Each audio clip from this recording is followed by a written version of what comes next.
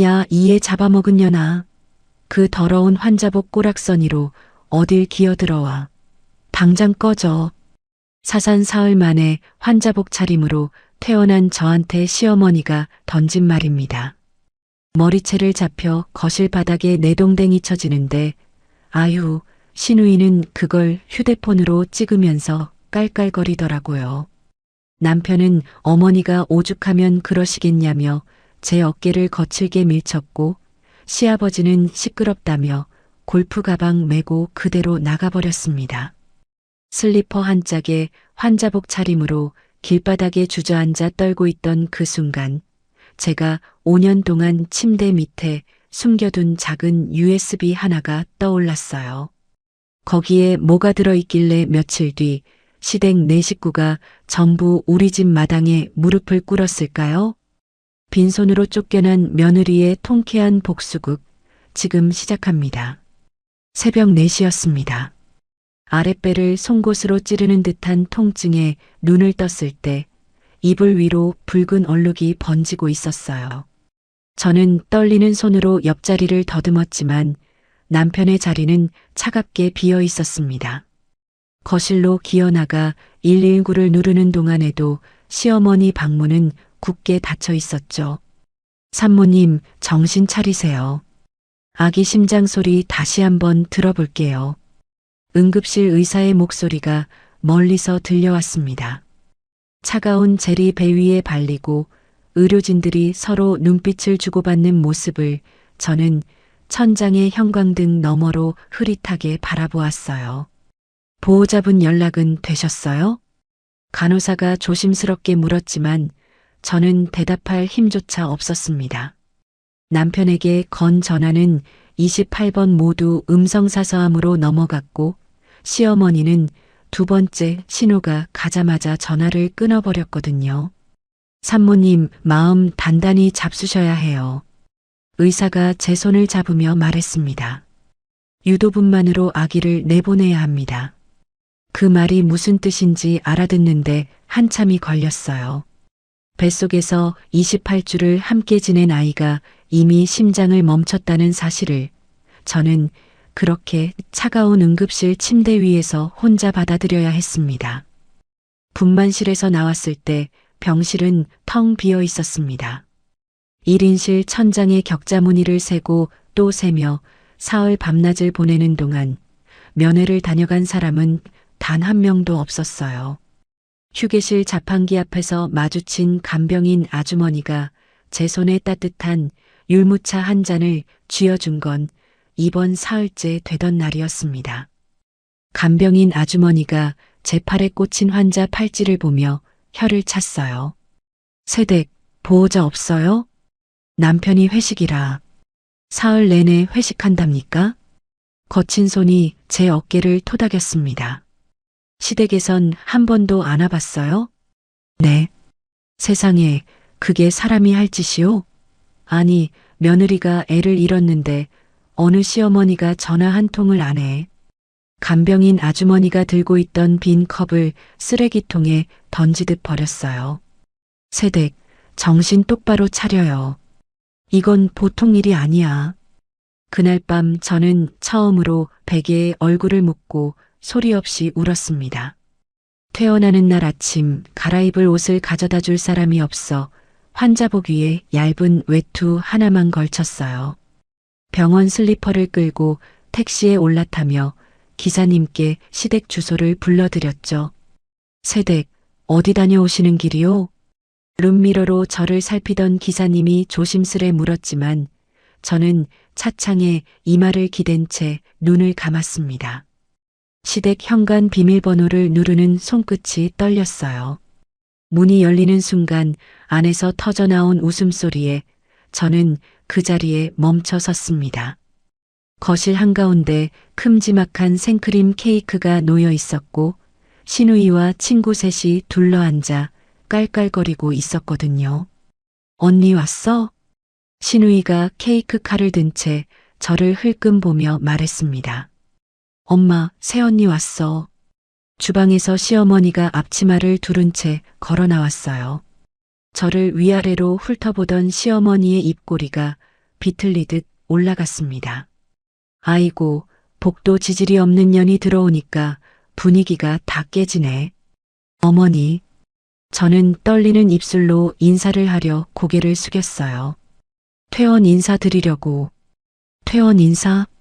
야, 너 지금 그 환자복 꼬락서니로 우리 새아 생일잔치에 들어온 거야?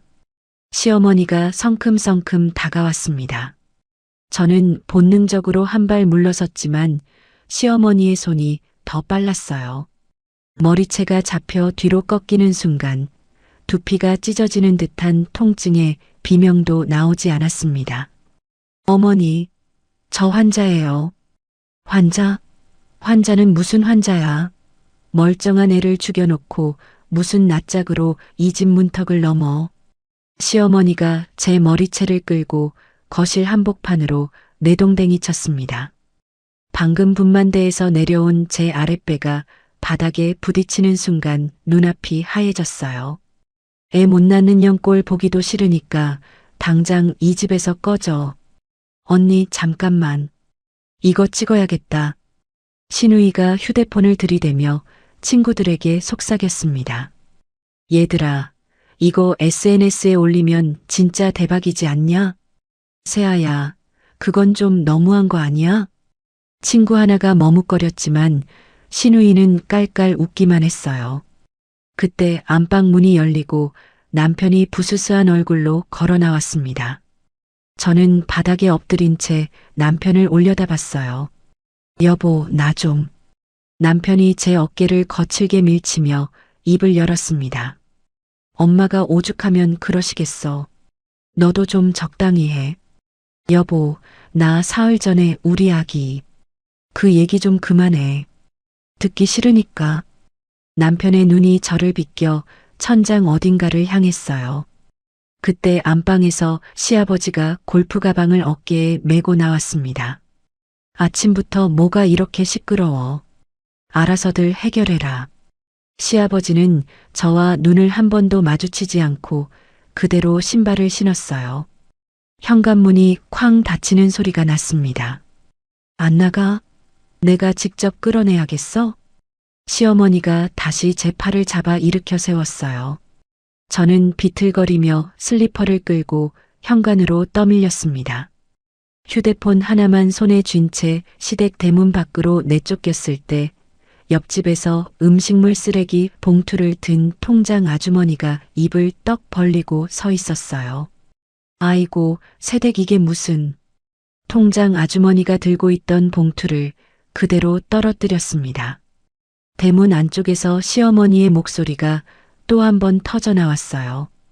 동네 창피하게 거기 서 있지 말고 꺼지라니까. 저는 한 발짝도 움직이지 못한 채 길바닥에 그대로 주저앉았습니다. 5월의 햇살은 따가운데 환자복 안으로 파고드는 바람은 차가웠어요. 떨리는 손으로 휴대폰을 들었을 때 누구를 부를 수 있을지 한참을 망설였습니다. 엄마를 부르면 그 자리에서 쓰러지실 것 같았고 아빠를 부르기엔 사위 집에 대고 큰 소리 치실 분이 아니셨거든요. 저는 결국 오빠의 번호를 눌렀습니다. 신호가 한번 울리기도 전에 오빠가 전화를 받았어요. 지원아, 오빠 나 좀. 목소리가 갈라져 더 이상 나오지 않았습니다. 어디야? 오빠의 목소리가 평소와 달리 낮게 내려앉아 있었어요. 시댁 앞 길바닥에. 지원아, 들어. 지금 그 자리에서 한 발자국도 움직이지 마. 오빠 30분 안에 갈게. 전화가 끊겼습니다. 저는 무릎을 끌어안고 시댁 담벼락에 등을 기댔어요. 통장 아주머니가 머뭇거리며 다가왔습니다. 새댁, 우리 집에 잠깐 들어가서. 아니에요. 오빠 와요. 아이고, 그래도. 통장 아주머니가 본인이 입고 있던 카디건을 벗어 제 어깨에 둘러주셨어요. 따뜻한 체온이 어깨에 닿는 순간 참았던 눈물이 터져 나왔습니다. 정확히 28분 만에 오빠의 검은 세단이 골목 안으로 들어왔어요. 차에서 내린 오빠가 저를 보더니 잠시 그 자리에 멈춰 섰습니다. 오빠의 턱 근육이 꿈틀거리는 게 멀리서도 보였어요. 오빠가 천천히 다가와 제 앞에 무릎을 굽혔습니다. 지원아, 일어날 수 있겠어? 오빠, 괜찮아. 오빠 왔어. 오빠는 저를 바로 일으키지 않았어요. 대신 양복 안주머니에서 휴대폰을 꺼내 시댁 현관, 대문, 바닥에 떨어진 제 슬리퍼 한 짝, 환자복 차림의 저를 모든 각도에서 찍기 시작했습니다. 오빠 뭐해? 기록. 오빠의 목소리가 칼날처럼 차가웠어요. 오빠가 통장 아주머니께 정중히 고개를 숙였습니다. 실례지만 오늘 보신 일에 대해서 잠깐 말씀해 주실 수 있을까요? 아이고, 그럼요. 내가 처음부터 끝까지 다 봤어요. 며느리를 환자복 입혀서 끌어내는데 오빠가 휴대폰 녹음 버튼을 누른 채 통장 아주머니의 말을 차분히 받아 적었어요. 진술이 끝나자 오빠가 명함 한 장을 건넸습니다. 혹시 나중에 다시 한번 여쭐 수도 있는데 그때도 부탁드리겠습니다. 당연하지요. 이런 일은 그냥 넘기면 안 돼요. 오빠가 그제야 제게 손을 내밀었어요. 저는 오빠의 손을 잡고 천천히 일어섰습니다. 오빠가 자기 양복 재킷을 벗어 제 어깨에 덮어주고 슬리퍼가 벗겨진 발을 한참 내려다봤어요. 지원아. 응. 오빠가 미안하다. 진작에 말렸어야 했는데. 오빠 잘못 아니야. 차 뒷좌석에 저를 태우고 오빠가 운전석에 앉았습니다. 시동을 거는 오빠의 손등에 핏줄이 도드라져 있었어요. 차가 출발하자 저는 차창에 머리를 기댔습니다. 결혼식 날 한복을 곱게 차려입고 시어머니께 패백을 올리던 제 모습이 떠올랐어요. 대출을 받아 안으며 활짝 웃던 시어머니의 얼굴이 오늘 아침 제 머리채를 잡던 그 얼굴과 겹쳐졌습니다. 신혼 첫날 새벽 5시에 시어머니가 안방 문을 두드리며 며느리는 일찍 일어나는 거라고 했던 목소리도 임신 사실을 알렸을 때 손주가 아들이 아니면 어쩌냐며 한숨을 쉬던 표정도 모두 한 장면처럼 흘러갔어요. 오빠, 응, 나 결혼 1년 차 때부터 천천히 얘기해. 집에 가서 오빠가 룸미러로 저를 한번 보고는 다시 앞을 봤습니다. 엄마한테는 뭐라고 말씀드리지? 오빠가 다 얘기할게. 지원이 너는 일단 좀 자둬. 저는 고개를 끄덕이며 눈을 감았어요. 차창 밖으로 햇살이 들어오는데 손끝은 여전히 얼음장 같았습니다. 친정으로 가는 1시간 동안 저는 단 한마디도 더하지 않았어요. 다만 입술 안쪽을 지그시 깨물며 침대 밑 작은 상자 속에 묻어둔 USB 하나를 떠올리고 있었습니다. 친정 대문 앞에 차가 멈춰 섰을 때 저는 차창 밖을 차마 바라볼 수가 없었어요. 마당 한가운데 엄마가 앞치마를 두른 채 그대로 서 계셨거든요. 오빠가 운전석 문을 열고 내리자 엄마가 마당으로 뛰어내려오셨습니다. 뒷좌석 문이 열리고 환자복 차림에 제가 슬리퍼 한 켤레로 마당을 밟는 순간 엄마가 그 자리에 풀썩 주저앉으셨어요. 아이고, 우리 지원아. 우리 딸 이게 무슨 꼴이야. 엄마의 통곡이 마당을 가득 채웠습니다. 엄마, 내 새끼를 누가 이렇게 만들었어. 엄마가 흙바닥에 무릎을 꿇은 채 제 다리를 끌어안고 우셨어요. 저는 그제야 사흘간 참아왔던 울음이 한꺼번에 터져나왔습니다. 엄마 미안해. 엄마 진짜 미안해. 네가 뭐가 미안해. 이 어리석은 거사. 엄마가 미안하지. 엄마가. 엄마의 손이 제 머리를 쓰다듬는데 두피가 욱신거려 저는 또 한 번 흐느꼈어요. 오빠가 조용히 다가와 두 사람을 함께 일으켰습니다. 엄마, 일단 지원이 방으로 들여보내자.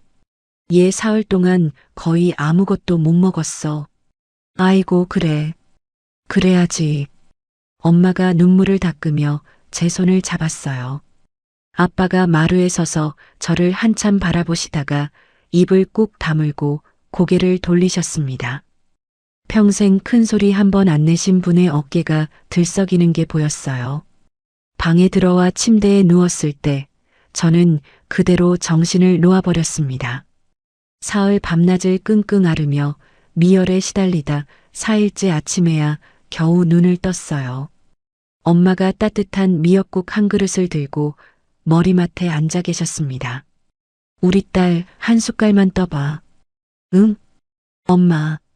말은 나중에 하고 일단 이거 먹자. 엄마가 숟가락에 미역국을 떠 입에 넣어주셨어요. 뜨끈한 국물이 식도를 타고 내려가는 순간 저는 또 눈물이 차올랐습니다. 엄마, 나 할 얘기가 있어. 천천히 해. 엄마 어디 안 가? 저는 미역국을 반쯤 비우고 천천히 침대에서 일어났어요. 침대 밑으로 손을 뻗어 깊숙이 밀어 넣어둔 작은 나무 상자를 끌어냈습니다. 상자 안에는 USB 하나와 손바닥만 한 수첩 여러 권이 가지런히 들어 있었어요. 이게 뭐야? 엄마, 오빠 좀 불러줘. 아빠도 같이. 거실에 네 식구가 모여 앉았을 때 저는 USB를 식탁 위에 올려놓았습니다. 오빠, 이거 한번 봐줘. 이게 뭔데? 내가 결혼하고 1년 차부터 5년 동안 시댁에서 있었던 일들 다 기록한 거야. 오빠의 눈썹이 위로 올라갔어요. 녹음 파일도 있어. 사진도 있고, 시어머니가 친정에서 받아간 돈 날짜랑 액수도 다 적어놨어. 지원아. 오빠의 목소리가 떨렸습니다. 왜 진작에 말 안 했어? 오빠한테 짐 되기 싫었어. 그리고 결혼 생활은 내가 책임져야 한다고 생각했어. 그래서 혼자 이걸 다 모았다고? 응. 엄마가 입을 손으로 틀어막으며 어깨를 들썩이셨어요. 아빠는 천장만 올려다보고 계셨습니다. 오빠가 USB를 손에 쥐고 한참을 가만히 있었어요. 지원아, 오빠 잠깐 노트북 가져올게. 오빠가 자기 방에서 노트북을 들고 나와 식탁에 펼쳤습니다. USB를 꽂는 손이 미세하게 떨리고 있었어요. 화면에 폴더가 줄지어 떴습니다. 날짜별로 정리된 일기 파일, 녹음 파일, 사진, 송금 내역 캡처, 차용증 스캔본까지. 오빠가 녹음 파일 하나를 무작위로 클릭했어요. 야, 너는 친정에서 가져온 게 이것밖에 없냐? 너희 친정은 사돈한테 보낼 게 그렇게 없어? 스피커에서 시어머니의 목소리가 흘러나오는 순간 엄마가 자리에서 벌떡 일어나셨습니다. 이게 그 사람 목소리야? 엄마 앉아. 더 들어볼 거니까. 오빠가 다른 파일을 또 눌렀어요. 내 친정아빠한테 전화해. 이번 달에 새야 학원비랑 우리 집 보험료 좀 보태달라고. 사돈끼리 그 정도는 해주는 거야. 아빠의 입술이 일그러졌습니다. 그게 그 돈이었어? 아빠가 떨리는 손으로 안경을 벗으셨어요. 새야 어학연수 보낸다고 8천만 원 보내드린 그 돈 그 사람들이 어떻게 받아갔는지 알아? 저는 수첩 한 권을 꺼내 펼쳤습니다. 여기 2년 전 9월 13일 시어머니가 우리 집에 와서 친정아빠 사업이 잘 된다는 소문 들었다고 사돈끼리 안 도와주면 누가 도와주냐고 말씀하신 거 그대로 적어놨어. 지원아. 아빠가 자리에서 일어나 베란다 쪽으로 걸어가셨어요. 뒷모습이 들썩이는 게 보였습니다. 오빠가 노트북을 닫고 저를 똑바로 바라봤어요. 지원아, 오빠가 하나만 물어볼게. 응? 이거 그냥 묻고 갈 거야? 아니면 끝까지 갈 거야? 거실이 조용해졌습니다. 저는 식탁 위에 놓인 USB를 한참 내려다봤어요. 오빠, 나 지난 5년 동안 한 번도 큰 소리 낸 적 없어. 시어머니가 친정 욕을 해도 참았고 시누이가 내 월급 가져다 명품 사도 그러려니 했어. 근데 우리 아기까지 그렇게 보내고 환자복 입은 나를 머리채 잡아 내던지는데 옆에서 시누이가 그걸 휴대폰으로 찍으면서 깔깔거리는 거 보고 목이 메었지만 저는 끝까지 말을 이었습니다. 끝까지 갈래. 오빠가 천천히 고개를 끄덕였어요. 알았어. 오빠 오늘 밤 후배 한 명 부를게. 후배? 형사사건 잘 보는 변호사야. 정혜린이라고. 이런 일은 혼자 다루는 거 아니야. 그날 밤 9시쯤 혜린 변호사가 친정집 거실에 도착했습니다. 단정한 정장 차림에 작은 서류 가방을 든 모습이었어요. 안녕하세요. 정혜린입니다. 혜린 변호사가 저를 향해 정중히 고개를 숙였습니다. 많이 힘드셨을 텐데 이렇게 뵙게 돼서 죄송합니다. 아니에요. 와주셔서 감사합니다. 세 사람이 식탁에 둘러앉아 자료를 펼쳤어요. 혜린 변호사가 일기 파일을 한 장씩 넘기며 입을 다물지 못했습니다. 선배님, 이거 단순 가정사가 아닌데요. 그래. 폭언, 폭행, 거기다가 친정에서 가져간 돈 용처까지 형사로도 민사로도 다 걸 수 있어요. 오빠가 팔짱을 끼며 노트에 뭔가를 적기 시작했어요. 지원아, 시간이 좀 걸릴 거야. 마음 단단히 먹어. 응. 그 시각 시댁 근처의 한 한정식 집에서는 시어머니가 동네 사모님들 모임에 앉아 떠들고 있었습니다. 저는 그 사실을 나중에야 알게 됐는데 그날 시어머니는 술잔을 들이켜며 이렇게 말했다고 해요. 아이고, 우리 며느리가 글쎄 애도 못 낳는 주제에 시집살이가 힘들다고 제 발로 짐 싸서 친정 갔지 뭐예요. 세상에 요즘 며느리들이 그래요. 그러게 말이에요. 내가 얼마나 잘해줬는데 은혜를 그렇게 갚네요. 그 자리에 앉아있던 한 사모님이 잔을 내려놓으며 시어머니를 빤히 바라봤다고 합니다. 사돈, 그게 정말이에요? 그럼요. 내가 거짓말을 왜 해? 그 사모님은 마침 시댁 옆집 통장 아주머니와 같은 부녀의 소속이었어요. 바로 그날 오전에 통장 아주머니로부터 제가 환자복 차림으로 머리채를 잡혀 쫓겨나는 장면을 자세히 전해 들은 분이셨습니다. 사모님이 자리에서 천천히 일어나며 핸드백을 챙겼다고 해요. 사돈, 저는 먼저 일어날게요. 속이 좀 안 좋네요. 친정집 거실에서는 아빠가 안방에서 낡은 서류철 하나를 가지고 나오셨어요. 다락방 깊숙이 보관해 두셨던 것이었습니다. 여기다 있다. 사돈 회사 자본금에 보탠다고 빌려준 3억 원 차용증, 세아 어학연수비 8천만 원 송금 영수증, 그 외에 명절 때마다 보내드린 봉투 내역까지. 혜린 변호사가 서류를 받아들고 놀란 표정을 지었어요. 아버님, 이걸 다 보관하고 계셨어요? 내가 사업하면서 배운 게 그거 하나야. 돈 나간 자리는 다 적어둬야 한다는 거. 오빠가 작게 헛웃음을 지었습니다. 지원아, 우리 아빠가 이렇게 꼼꼼하신 분이었어? 엄마가 더 꼼꼼하셔. 통장도 다 따로 정리해 두셨어. 엄마가 부엌에서 차를 끓이며 짧게 말씀하셨어요. 내 딸 시집 보낼 때부터 뭔가 찜찜했어. 그래서 다 적어뒀어. 밤 11시가 넘어갈 무렵 제 휴대폰에 모르는 번호로 문자 한 통이 들어왔습니다. 저는 화면을 한참 들여다봤어요. 사모님, 늦은 시간에 죄송해요. 저는 박준혁 과장님 부서에서 5년째 일하고 있는 사람입니다. 부탁이 있어서 연락드렸어요. 저는 그 문자를 오빠에게 보여줬습니다. 오빠가 화면을 한참 응시하다가 입꼬리를 살짝 올렸어요. 지원아. 응? 우리가 마음을 다잡고 있는 동안에 저쪽에서도 알아서 찾아오는 사람이 있는 모양이다. 혜린 변호사가 안경을 고쳤으며 짧게 말했습니다. 답장 보내세요. 내일 만나자고. 저는 떨리는 손으로 화면에 답장을 적기 시작했어요. 다음 날 오후 2시 시내의 조용한 카페 구석 자리에 저는 오빠와 마주 앉아 있었어요. 약속 시간을 5분쯤 남겨두고 카페 문이 열리며 단정한 차림의 여자분이 들어왔습니다. 저는 한눈에 알아봤어요. 남편 회사 창립 기념일 가족 동반 행사에서 한번 인사를 나눴던 분이었거든요. 안녕하세요. 한유라입니다. 유라 씨가 떨리는 손으로 의자를 빼며 자리에 앉았습니다. 사모님, 늦은 시간에 연락드려서 정말 죄송했어요. 아니에요.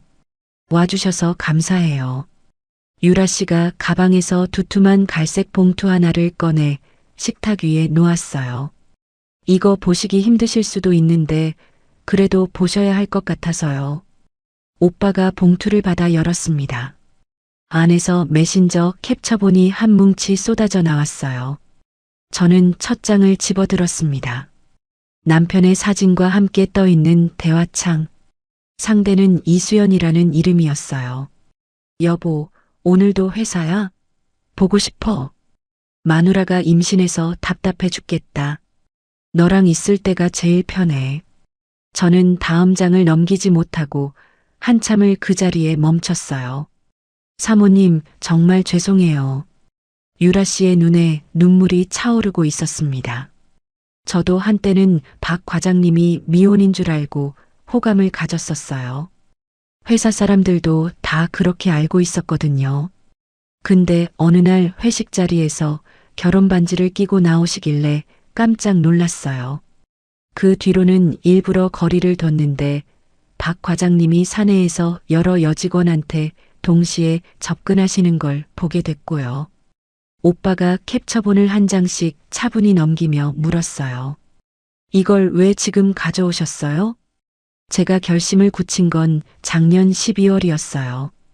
유라 씨가 휴지로 눈가를 찍었습니다. 사모님이 임신 7개월쯤이셨을 때 박 과장님이 부서 단톡방에 글을 올리셨거든요. 마누라가 임신해서 답답하다고. 그 글 캡처해놨어요. 저는 식탁 아래 두 손을 꽉 맞잡았어요. 손톱이 손바닥을 파고드는데도 아무 감각이 없었습니다. 유라 씨, 옆에서 가만히 듣던 오빠가 입을 열었어요. 이걸 회사에 알리면 본인도 입장이 곤란해질 텐데 그건 괜찮으세요? 괜찮아요. 유라 씨가 단호하게 고개를 끄덕였습니다. 저 다음 달에 이직해요. 이미 다 정리됐어요. 그래서 더 늦기 전에 사모님께 알려드리고 싶었어요. 유라 씨가 봉투에서 또 다른 서류를 꺼냈어요. 이건 더 충격적이실 수도 있는데. 뭔데요? 두 분 신혼집 출입 기록이에요. 박 과장님이 외도 상대한테 비밀번호를 알려준 정황이 있어서요. 저는 서류를 받아들었습니다. 이수연이라는 이름이 방문자 명단에 여러 번 찍혀 있었어요. 날짜는 모두 제가 회사에 다니던 시기, 그리고 친정에 며칠 다녀온 시기였습니다. 이걸 어떻게 구하셨어요? 제 사촌 오빠가 그 아파트 단지 관리사무소에서 일해요. 사정을 말씀드렸더니 도와주셨어요. 저는 가방에서 손수건을 꺼내 입을 막았습니다. 토할 것 같은 기분이 올라왔거든요. 오빠가 제 등을 한번 쓸어주고는 유라 씨를 향해 정중히 고개를 숙였어요. 유라 씨, 이 자료 정식으로 써도 될까요? 회사 인사팀이랑 법원에서요. 그러시라고 가져온 거예요. 오빠가 명함을 건네며 짧게 덧붙였습니다. 이 일 다 끝나면 제가 식사 한번 사야겠네요. 정말 감사합니다. 유라 씨가 처음으로 옅게 웃었어요. 사모님 강한 분이세요. 끝까지 잘 버티시길 바랄게요. 그날 밤 친정으로 돌아온 저는 오빠와 함께 다시 책상 앞에 앉았습니다. 혜린 변호사도 노트북을 펼치고 합류했어요.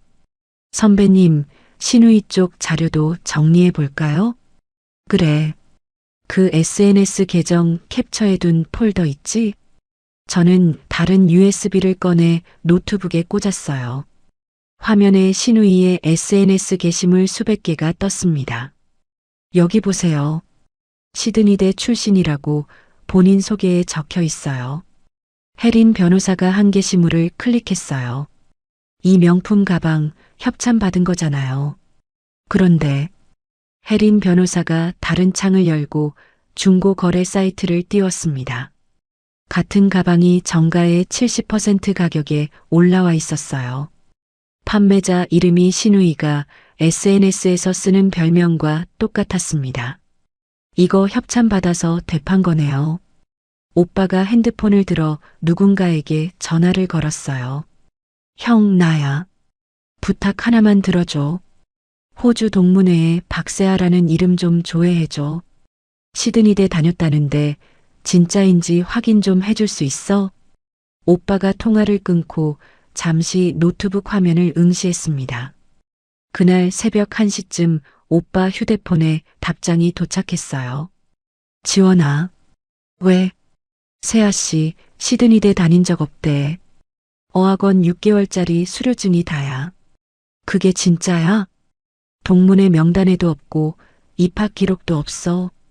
거기 사무국에 정식으로 문의해 본 결과래. 저는 헛웃음이 났습니다. 5년 동안 시댁 식구들이 술자리에서 자랑하던 그 학력이 통째로 거짓이었던 거예요. 그 시각 시아버지 회사 대성건설에서는 다른 일이 벌어지고 있었습니다. 저는 그 사실을 사흘 뒤에야 오빠에게 전해 들었어요. 그날 저녁 대성건설 본사 7층 격리부장실에서 한 50대 남자분이 서류 가방 2개에 자료를 가득 담고 있었다고 합니다. 부장님, 정말 그만두시는 거예요? 옆자리 여직원이 조심스레 물었어요. 응, 오늘이 마지막이야. 갑자기 왜요? 내가 더 이상 못 견뎌. 회장이 시키는 거 한두 번도 아니고. 격리부장님이 가방 지퍼를 닫으며 길게 한숨을 쉬었습니다. 내가 30년 회계만 했는데 이렇게까지 더러운 회사는 처음이야. 부장님, 어디로 가세요? 잘 모르겠어. 일단 고향 형님한테 가서 좀 쉬어야겠어. 그 격리부장님이 향한 곳이 바로 우리 아빠 사무실이었어요. 아빠와는 같은 고향 출신으로 30년 가까이 알고 지낸 사이였거든요. 며칠 뒤 격리부장님이 오빠 로펌으로 직접 찾아오셨습니다. 변호사님, 이거 받아주세요. 테이블 위에 두툼한 서류 가방 2개가 놓였어요. 이게 다 뭡니까? 대성건설 비자금 장부랑 하청업체한테 받은 돈 자료요. 10년치 전부 다 있어요. 오빠가 가방을 열어 안을 확인하더니 한참 동안 말을 잇지 못했습니다.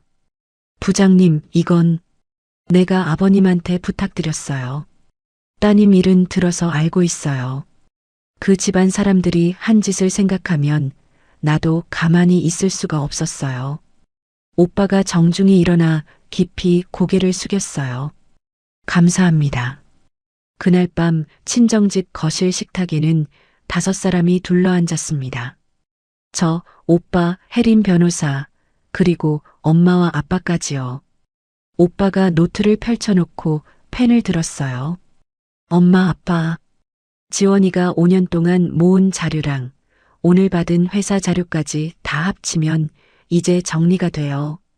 어떻게 정리한다는 거야? 엄마가 조심스레 물으셨습니다. 하나씩 가는 거예요. 한꺼번에 들이대면 저쪽에서 정신 차리고 막을 수도 있으니까 순서대로요. 오빠가 노트에 시댁 식구 4명의 이름을 적었어요. 시아버지, 시어머니, 남편, 신우이. 시아버지 회사 일은 검찰이랑 국세청에 같이 넘어가요. 비자금이랑 하청업체 자료 다 있으니까. 신우이는 학력 가짜로 만든 거랑 협찬받은 명품 대판 거. 이건 따로 정식으로 알릴 거고요. 남편 쪽은?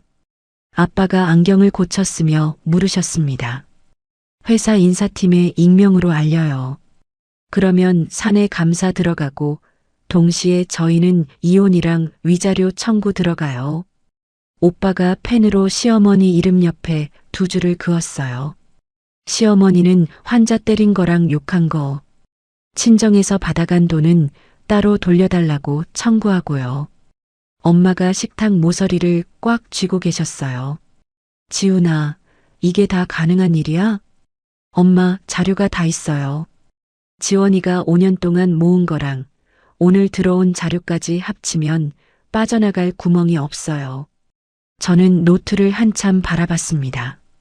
5년이라는 시간이 그 네 개의 이름 안에 압축되어 들어있는 느낌이었어요. 오빠, 응? 언제부터 시작할 거야? 다음 주 월요일. 왜 월요일이야? 오빠가 펜 뚜껑을 닫으며 말했어요. 검찰이나 국세청 같은 데는 주초에 움직임이 좋아. 거래처들도 그 시간에 활발하게 연락 주고받으니까 시아버지 회사가 정신 못 차릴 거야. 혜린 변호사가 옆에서 짧게 덧붙였습니다. 한꺼번에 무너지면 저쪽이 서로 도울 시간도 없어요. 오빠가 노트 맨 위에 시작일이라고 작게 적었어요. 저는 자리에서 천천히 일어나 그 노트를 들여다봤습니다. 오빠, 왜? 시작하자. 오빠가 천천히 고개를 끄덕였어요. 엄마가 옆에서 코끝을 훌쩍이며 짧게 말씀하셨습니다. 내 딸 진짜 우리 지원이 맞아? 엄마, 나 이제 안 참아. 저는 펜을 내려놓고 베란다 창가로 걸어갔어요. 창밖으로 친정집 마당에 살구나무가 보였습니다. 그 살구나무 아래에서 5년 전 결혼 전날 밤 엄마와 마지막으로 마주 앉아 차를 마셨던 기억이 떠올랐어요. 그날 엄마가 제 손을 잡으며 하신 말씀이 있었습니다. 지원아, 시집가서 무슨 일이 있어도 우리 집은 너 편이야. 알지? 저는 그때 그저 웃기만 했는데 5년 만에 그 말의 무게를 다시 떠올리고 있었어요. 베란다 유리창에 비친 제 얼굴은 사흘 전과는 다른 사람의 것 같았습니다. 오빠가 뒤에서 저를 불렀어요. 지원아, 들어와. 추워. 응. 저는 천천히 거실로 돌아와 식탁에 다시 앉았습니다. 혜린 변호사가 새 노트를 펼치며 짧게 물었어요. 지원 씨, 솔직히 여쭤볼게요. 시댁 식구들 중에 누가 가장 미우세요? 저는 잠시 망설이다 입을 열었습니다. 다요. 한 명도 안 미운 사람이 없어요. 혜린 변호사가 짧게 한숨을 쉬며 노트에 뭔가를 적었어요. 엄마가 제 손을 꽉 잡아주셨습니다. 월요일까지 6일이 남아 있었어요. 월요일 아침 9시 50분, 저는 친정집 거실 텔레비전 앞에 앉아 있었습니다. 엄마가 옆에서 사과를 깎아주시는데 저는 사과를 받아들고도 한 입도 베어 물지 못했어요. 10시 정각 휴대폰 진동이 짧게 한번 울렸습니다. 오빠가 보낸 짧은 문자였어요. 들어갔다. 저는 휴대폰 화면을 한참 들여다봤습니다. 그 시각 대성건설 본사 정문 앞에는 검은색 차량 3대가 동시에 멈춰 섰다고 해요. 차에서 내린 사람들이 회사 정문을 통과하는데 채 1분이 걸리지 않았답니다.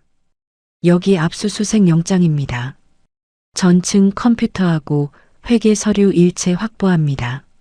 로비를 지키던 경비원이 떨리는 손으로 위층에 전화를 걸었어요. 회장님, 큰일 났습니다. 지금 검찰이랑 국세청에서. 그 시각 시아버지는 시내 외곽 골프장에서 라운딩 중이었습니다. 비서한테서 전화를 받은 시아버지가 그라운드 한복판에서 들고 있던 골프채를 그대로 내던졌다고 해요. 뭐? 다시 말해봐. 회장님, 본사가 지금 압수수색 들어왔습니다. 거래처에서도 항해 전화가 빗발치고 있어요. 시아버지가 캐디카트에 올라타며 소리쳤습니다. 당장 차대. 회사로 가. 같은 시각 오후 1시 신우이는 강남의 한 호텔 행사장 앞에 도착했습니다. 협찬 약속을 받은 명품 브랜드의 신제품 출시 행사였어요. 안녕하세요. 박세아인데요. 신우이가 명단을 들고 있는 직원에게 환하게 웃으며 다가갔습니다. 직원이 명단을 위아래로 훑어보더니 신우이를 잠시 가로막았어요. 세아님, 죄송하지만 잠시만 기다려 주시겠어요? 본사에서 확인하고 있는 게 있어서요. 네. 무슨 확인이요? 학력 관련해서 내부 확인이 끝날 때까지 입장이 어려울 것 같습니다. 신우이의 얼굴이 그 자리에서 굳었습니다. 무슨 소리예요? 저 시드니대 출신이라고 다 말씀드렸잖아요. 본사에서 그 부분을 다시 확인해 달라고 요청이 와서요. 죄송합니다. 뒤에서 줄을 서 있던 다른 인플루언서들과 패션지 기자들의 시선이 일제히 신우이에게 쏠렸어요. 누군가 휴대폰을 들어 그 장면을 찍기 시작했습니다. 잠깐만요. 이거 뭐 하시는 거예요? 신우이가 직원의 팔을 붙잡고 매달렸지만 직원은 단호하게 손을 빼냈습니다. 세아님, 행사장 입구에서 소란 피우시면 안 됩니다. 일단 돌아가 주세요. 저 협찬받기로 다 약속됐다고요. 그 부분도 다시 검토 들어갔습니다. 신우이가 결국 행사장 앞 도로변까지 떠밀려 나왔어요. 뒤에서 누군가 휴대폰 카메라를 들이대며 따라왔습니다. 그 영상은 행사가 끝나기도 전에 SNS에 올라갔어요. 3시간 만에 조회수 50만이 넘어갔고 시드니대 가짜 학력이라는 단어가 실시간 검색어 1위에 떴습니다. 같은 시각 남편은 회사 자기 자리에 앉아 평소처럼 업무를 보고 있었어요. 사내 메신저로 인사팀 부장의 호출이 떴습니다. 박 과장, 잠깐 12층 회의실로 좀 와주세요. 남편이 미간을 살짝 찌푸리며 자리에서 일어났어요. 12층 회의실 문을 열고 들어가는 순간 남편은 발걸음을 멈췄습니다. 긴 테이블 끝에 인사팀 부장과 감사팀장이 나란히 앉아 있었거든요. 박 과장 앉아요. 부장의 목소리가 평소와 달리 차가웠습니다. 남편이 자리에 앉자 테이블 위로 두툼한 봉투 하나가 미끄러져 왔어요. 이거 한번 봐요. 남편이 봉투를 열고 안에 든 자료를 꺼냈습니다. 이수영과 주고받은 메신저 캡처본, 호텔 영수증, 신혼집 출입 기록. 남편의 손이 그 자리에서 굳었어요. 이게 어디서 나온 겁니까? 익명 제보로 들어왔어요. 자료가 너무 자세해서 회사 차원에서 확인 들어갔는데 박 과장이 직접 인정하시는 게 빠르겠네요. 감사팀장이 안경을 고쳤으며 말했습니다. 박 과장, 사규 알지요? 사내 부적절한 관계는 인사위원회 회부 사안입니다. 부장님, 잠깐만요. 이건 오늘부로 대기 발령입니다. 본인 자리 정리하고 인사팀 통해서 추후 통보 기다리세요. 남편이 자리에서 일어서려는데 다리에 힘이 풀려 다시 주저앉았어요. 부장이 자리에서 일어나며 마지막 한마디를 덧붙였습니다. 이수연 씨도 오후에 별도로 면담 잡혔어요. 본인이 알아두세요. 같은 시각 시어머니는 시내 백화점 명품관에서 새 가방을 고르고 있었어요. 저녁에 동네 사모님 모임이 있는 날이었거든요. 휴대폰 진동이 울리는데도 시어머니는 거울 앞에서 가방을 들어보느라 받지 않으셨습니다. 남편이 다급하게 건 전화 7통, 신우이가 울면서 건 전화 5통이 모두 부재중으로 떴어요. 저녁 7시 시어머니가 평소처럼 단골 카페에 도착했을 때 분위기가 이상했습니다. 사모님 5분이 둘러앉아 있던 자리가 평소와 달리 조용했거든요. 아이고, 다들 왔네. 내가 좀 늦었지요? 시어머니가 환하게 웃으며 자리에 앉으셨어요. 사모님 한 분이 어색하게 헛기침을 했습니다. 사돈, 오늘 뉴스 보셨어요? 무슨 뉴스요? 대성건설 압수수색 들어갔다고 속보 뜨던데. 시어머니의 얼굴이 그 자리에서 하얗게 변했어요.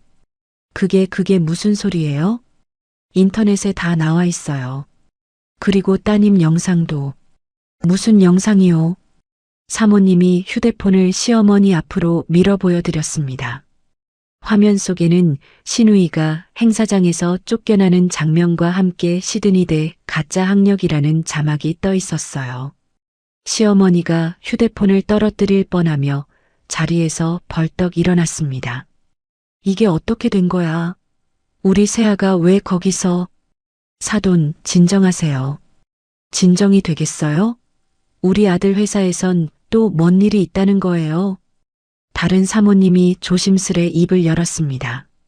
아드님이 회사에서 대기 발령 받았다는 얘기도 돌아요. 시어머니가 그대로 의자에 털썩 주저앉으셨어요. 사모님들이 슬그머니 자리에서 일어나기 시작했습니다. 사돈, 저는 갑자기 일이 생겨서요. 저도요. 다음에 또 봬요. 한 분 한 분 자리를 뜨더니 결국 시어머니 혼자 텅 빈 테이블에 남으셨어요. 시어머니가 떨리는 손으로 휴대폰을 들고 제 번호를 누르기 시작했습니다. 그날 저녁 친정집 거실 소파에 앉아 텔레비전을 보던 저는 휴대폰을 일부러 꺼두고 있었어요. 엄마가 따뜻한 유자차 한 잔을 가져다 주셨습니다. 지원아, 시댁 쪽에서 계속 전화 오는 거 아니야? 올 거야, 엄마. 47통이 와도 나는 안 받을 거야. 아이고, 내 딸. 오빠가 거실로 들어오며 손에 든 휴대폰을 흔들었어요. 지원아, 뉴스 떴다. 저녁 9시 뉴스에서 자막이 흘러갔습니다. 중견 건설사 대성건설, 비자금 조성 혐의로 회장 입건. 그 화면을 보는 순간 저는 5년 동안 가슴 한구석에 박혀있던 무거운 돌멩이 하나가 조용히 빠져나가는 느낌을 받았어요. 엄마. 응? 나 5년 만에 처음으로 숨이 좀 쉬어져. 엄마가 제 어깨를 가만히 감싸 안으셨습니다. 오빠가 텔레비전 리모컨을 내려놓으며 짧게 말했어요. 내일 아침 시댁 식구들 단톡방 한번 봐봐. 왜? 가족이 무너질 때 제일 먼저 보이는 게 그거야. 저는 휴대폰을 꺼냈다가 다시 망설였습니다. 오빠가 슬쩍 웃었어요. 천천히 봐. 지원이 너 마음 준비될 때. 저는 결국 단톡방을 열어봤습니다. 시아버지가 새벽에 올린 메시지가 가장 위에 있었어요. 회사가 박살났다. 변호사 알아봐라. 그 아래로 신우이가 길게 올린 메시지가 떠 있었습니다. 엄마 때문에 내 인생 끝났어. 영상이 어디까지 퍼졌는지 알아? 행사 다 잘렸어. 협찬 다 끊겼다고. 세아야, 엄마 지금 그럴 정신없다. 엄마는 매번 그래. 나한테 신경 한 번을 안 써. 닥쳐. 지금 누가 누구한테 큰 소리야. 남편이 그 사이로 짧게 한 줄을 던졌어요. 지원이 어디 있냐? 연락이 안 된다. 그 메시지를 본 순간 저는 작게 웃음이 났습니다. 5년 동안 결혼 생활을 하면서 남편이 저를 찾는 메시지는 늘 회식 핑계나 늦은 귀가 변명이 따라붙던 것이었거든요. 처음으로 남편이 진심으로 저를 찾고 있다는 느낌이 들었는데 정작 저는 아무 마음도 들지 않았어요. 저는 단톡방에서 조용히 나갔습니다. 엄마가 옆에서 제 얼굴을 살피셨어요. 지원아, 괜찮아? 응, 엄마. 괜찮아. 진짜 괜찮아. 오빠가 자기 휴대폰을 보며 짧게 말했습니다. 내일 아침에 시댁 사람들 찾아올 거야. 어떻게 알아? 그 집안이 무너지면 가장 먼저 매달릴 곳이 어디겠어. 친정밖에 없잖아. 저는 거실 창문 너머로 캄캄한 마당을 바라봤어요. 밤바람에 살구나무 가지가 흔들리고 있었습니다. 엄마가 제 손을 잡으며 짧게 말씀하셨어요. 내일은 엄마가 먼저 마당에 나가 있을게. 엄마. 왜? 고마워. 엄마가 제 머리를 가만히 쓰다듬어 주셨습니다. 저는 그날 밤 5년 만에 처음으로 약 없이 잠이 들었어요. 다음 날 아침 9시였습니다. 저는 친정집 안방에서 막 세수를 마치고 거울 앞에 앉아 머리를 빗고 있었어요. 마당 쪽에서 자동차 멈추는 소리가 들렸습니다. 이어서 엄마의 짧은 목소리가 거실 너머로 흘러들어왔어요. 지훈아, 왔다. 왔어. 저는 빗을 내려놓고 천천히 거실로 나갔습니다. 오빠가 이미 거실 창가에 서서 마당 쪽을 내려다보고 있었어요. 누가 왔어? 보면 알아.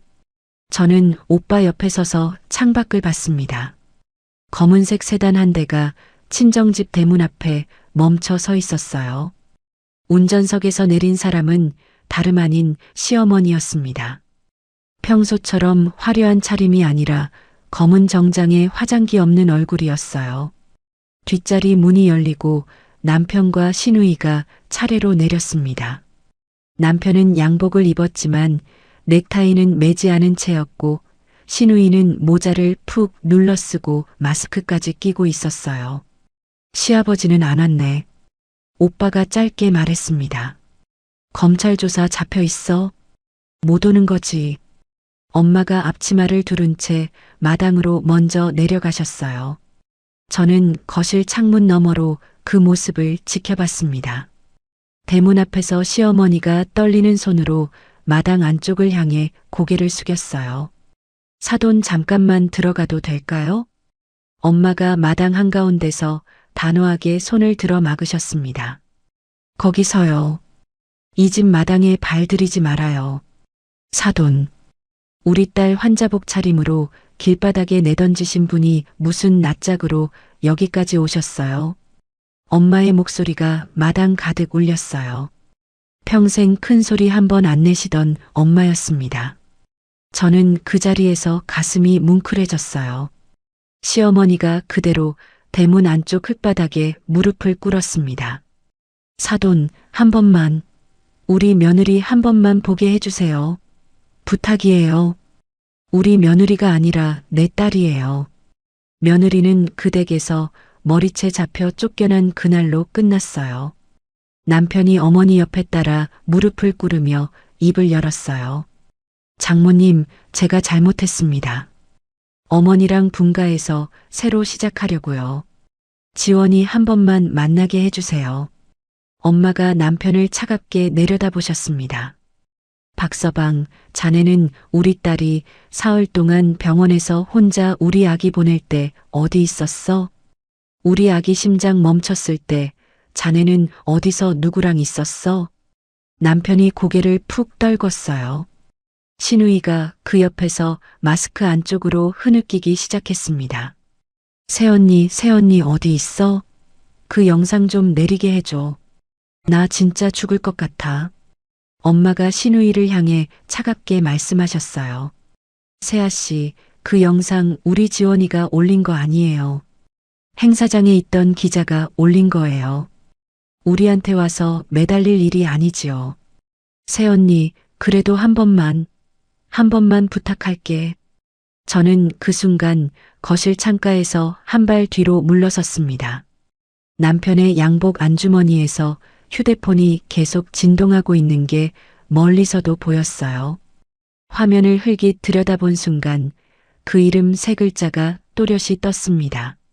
이수연. 남편이 어머니 옆에 무릎을 꿇고 사정하는 그 순간에도 외도 상대의 전화가 계속 울리고 있었던 거예요.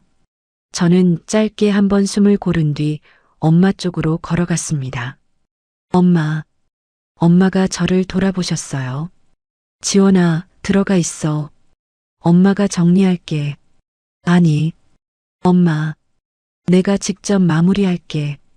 저는 카디건을 챙겨 입고 천천히 마당으로 내려갔어요. 신발을 신는 동안 손이 떨리지 않는 게 스스로도 신기했습니다. 마당 흙을 밟는 순간 시어머니가 무릎으로 기듯이 다가왔어요. 지원아, 한 번만, 어미 한 번만 봐줘. 어머니. 저는 시어머니를 똑바로 내려다봤습니다. 마지막으로 어머니라고 부를게요. 시어머니의 얼굴이 일그러졌어요. 지원아, 그게 무슨 소리야? 우리가 무슨 사이인데? 우리 사이가 어떤 사이였는지는 어머니가 그날 아침에 다 말씀해 주셨잖아요. 저는 가지고 나온 갈색 봉투 3개를 마당 한가운데 작은 평상 위에 차례로 올려놓았습니다. 이건 첫 번째 봉투예요. 이혼이랑 위자료 청구 서류 사본이에요. 남편의 어깨가 움찔 떨렸어요. 두 번째는 친정에서 그동안 시댁에 들어간 돈 돌려달라는 서류 사본이고요. 엄마가 옆에서 짧게 숨을 들이쉬셨습니다. 세 번째는 어머니를 폭행이랑 욕설로 정식 고소한 서류 사본이에요. 시어머니가 떨리는 손으로 봉투를 받아들었어요. 지원아, 이게 다 무슨 소리야? 너 지금 어미한테 이러는 거야? 정식 송달은 변호사 사무실에서 따로 갈 거예요. 이건 그냥 미리 보시라고 드리는 거고요. 신우이가 봉투 옆에서 무너지듯 주저앉으며 흐느끼기 시작했습니다. 새언니, 우리 다 죽으라는 거야? 세아씨, 나는 5년 동안 그 집에서 매일 죽었어요. 저는 신우이를 한 번도 돌아보지 않은 채 말을 이었어요. 어머니가 그날 아침에 뭐라고 하셨는지 기억나세요? 시어머니가 봉투를 든 채 그 자리에서 부들부들 떨었습니다. 애 못 낳는 년꼴 보기 싫으니까 당장 나가라고 하셨잖아요. 지원아, 그래서 어머니 말씀대로 할게요. 평생 안 보여드릴게요. 시어머니의 손에서 봉투가 미끄러져 흙바닥에 떨어졌어요. 시어머니가 두 손으로 머리를 감싸주며 그대로 흙바닥에 이마를 찍기 시작했습니다. 내가 어떻게, 내가 도대체 무슨 짓을 한 거야? 지원아, 어미가 잘못했어. 한 번만. 어머니. 저는 마지막으로 한 발 더 다가갔어요. 그날 아침에 어머니 머리채에 잡혀 끌려나갈 때 옆집 통장 아주머니가 처음부터 끝까지 다 보고 계셨어요. 시어머니의 얼굴이 그대로 굳었습니다.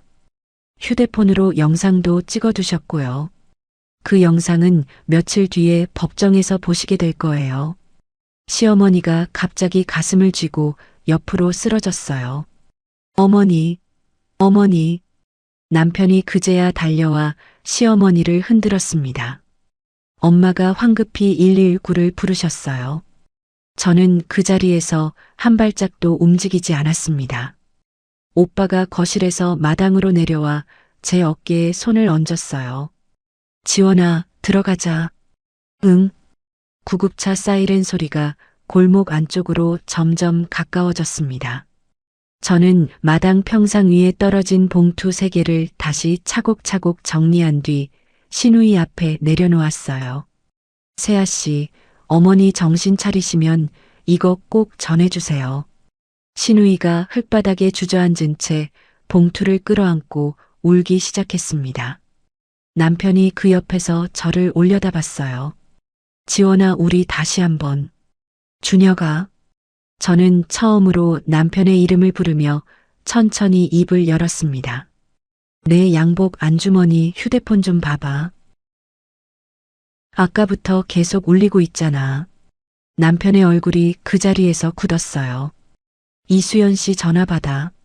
나는 이제 안 받을 거니까. 남편이 흙바닥에 두 손을 짚으며 고개를 떨궜습니다. 저는 그 모습을 더 이상 보지 않고 천천히 마당을 가로질러 집 안으로 들어왔어요. 구급차가 시어머니를 싣고 떠나는 소리가 멀어졌습니다.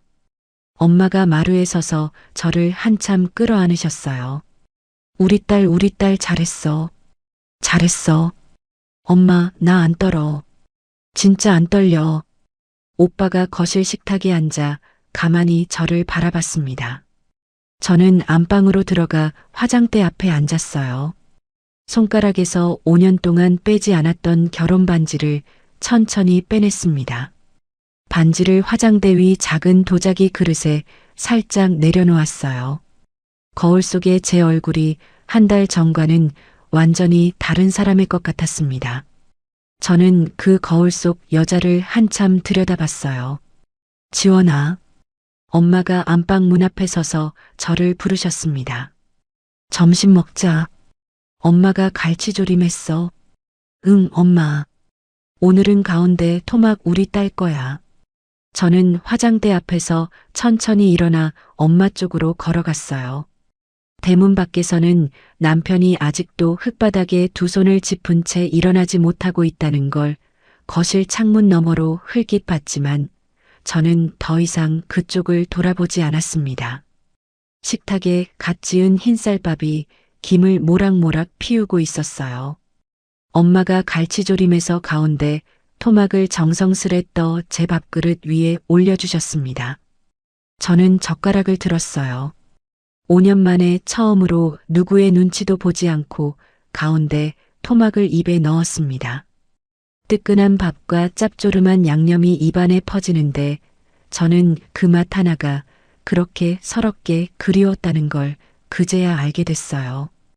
오빠가 맞은편에 앉아 짧게 말했습니다. 지원아, 다음 주에 법원 가야 해. 응, 알았어. 엄마가 옆에서 짧게 보태셨어요. 엄마도 같이 갈게. 저는 고개를 끄덕이며 다음 한 수를 떴습니다. 밥그릇이 비어갈 때쯤 시아버지 쪽 변호사한테서 연락이 왔다는 메시지가 오빠 휴대폰에 떴어요. 오빠가 휴대폰을 잠시 들여다보더니 다시 내려놓았습니다. 천천히 먹어. 일은 일이고 밥은 밥이야. 저는 다시 젓가락을 들었어요. 마당 밖에서는 차 시동 거는 소리가 멀어지고 있었습니다. 이혼 조정 첫 기일은 그로부터 3주 뒤였습니다. 가정법원 1층 로비에 들어섰을 때 저는 엄마의 손을 꼭 잡고 있었어요. 지원아, 떨려? 엄마 안 떨려. 진짜 안 떨려. 오빠와 혜린 변호사가 먼저 도착해 조정실 앞 복도에서 저를 기다리고 있었습니다. 오빠가 제 어깨를 한번 두드려 주었어요. 지원아, 안에서 무슨 말이 나와도 그냥 듣기만 해. 대답은 변호사가 다 할 거니까. 응. 조정실 문을 열고 들어가는 순간 맞은편에 앉아 있는 남편의 얼굴이 보였습니다.